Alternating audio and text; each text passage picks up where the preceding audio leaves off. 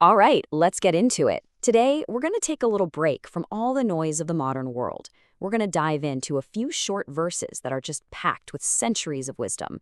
You know, these Zen poems, they're like a powerful lens, a way for us to see our own lives, our struggles, and maybe, just maybe, find a bit more clarity.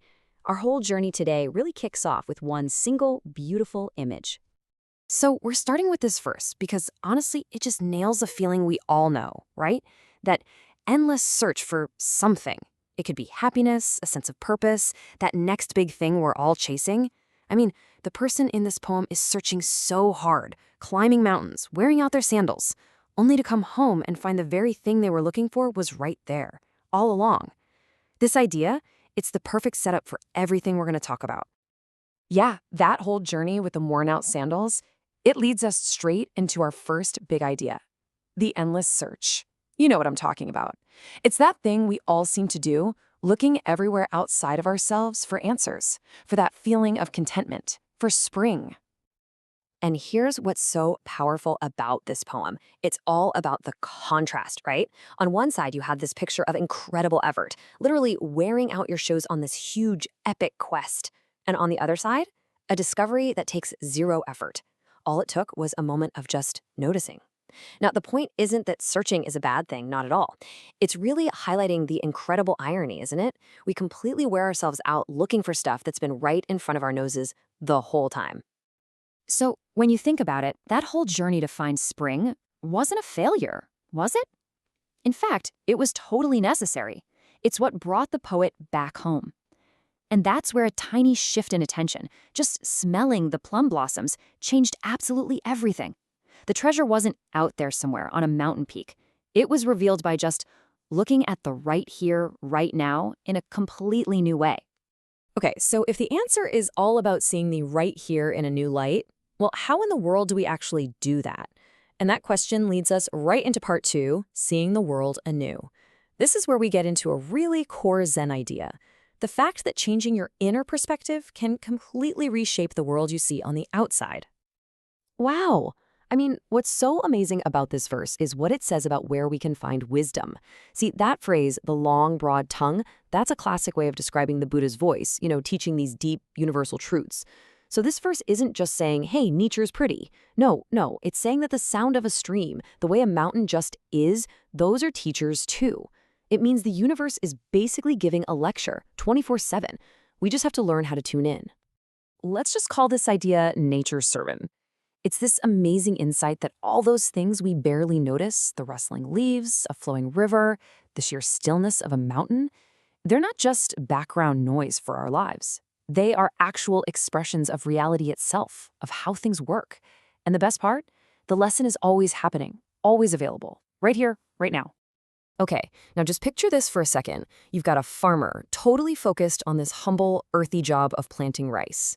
It's a simple, everyday task, right? But in that moment of bowing down, of just being present with the work, they glance into the water of the paddy fields and see the entire vast sky reflected back at them. The incredible isn't found by craning your neck to look up at the heavens. It's found by looking down, right where you are. The most profound things are so often hidden in the most ordinary moments. So this is all beautiful, right? But how do we actually bring this kind of perspective into our own hectic lives? Well, that's exactly what we're tackling in part 3, Wisdom in Daily Life. This is where the poetic ideas start to get really practical. All right, first up, a little word of caution. This verse is a huge reminder that being smart and being wise, well, they are not the same thing. Not even close. You can be absolutely brilliant. You can be a master strategist, super quick on your feet. But that very same cleverness can become a trap. It can get you all tangled up in your own ego, in your complicated schemes, and completely blind you to a much simpler, wiser way forward. So if cleverness isn't the whole story, then what is? What's the foundation of real, lasting wisdom? Well, the next verse gives us a really powerful metaphor to think about. And the answer really comes down to this contrast between two things. First, you've got the flower. It's beautiful, right? It's eye-catching for sure, but it's fragile. The first sign of a hard frost, and it's gone. You can think of this as superficial charm, or maybe a kind of goodness that's just for show. But then you have the pine tree.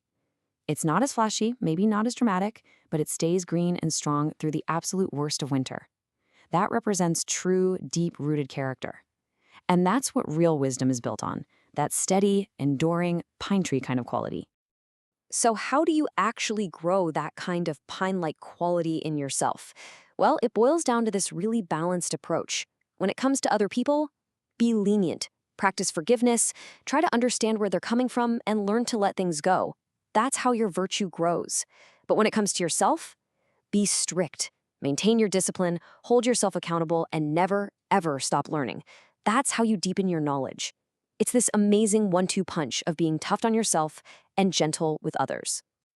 And all of this brings us to our final section, where we're going to tie all these threads together. This is part 4, the path is the goal. And it's all about this really crucial idea that this way of living and seeing the world, it isn't some final destination you get to. It's the path you're walking every single day. I mean, just think about that first line. It is such a brilliant psychological insight. You know that feeling, right? When you get one tiny little speck of dust in your eye, it's minuscule, but suddenly your entire world just shrinks. Everything feels small and painful and annoying. Well, the flip side is also true. When your mind, your heart is clear, when there are no troubles rattling around in there, that exact same world can suddenly feel incredibly wide, open, and just full of possibilities. It's amazing. Our inner state literally draws the map of our world. And this is where it all comes together. See, the goal was never to finally find spring at the end of some exhausting quest. The real goal is to cultivate a mind that's clear enough to see the spring that's already here, hanging on the branches. It's about learning how to see the whole sky reflected in a puddle of water. It's about hearing that sermon in the sound of a stream. It's not a one-time thing. It's this continuous, moment-to-moment practice of clearing the dust from our own eyes. And that really just leaves us with one final thought to chew on.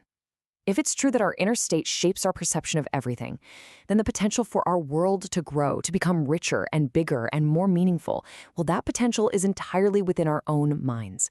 The only real limit is what we're able to see. So the final question isn't about what you can go out and find in the world. It's about how much you are willing to see in the world that's already here. So, let me ask you, how wide could your world become?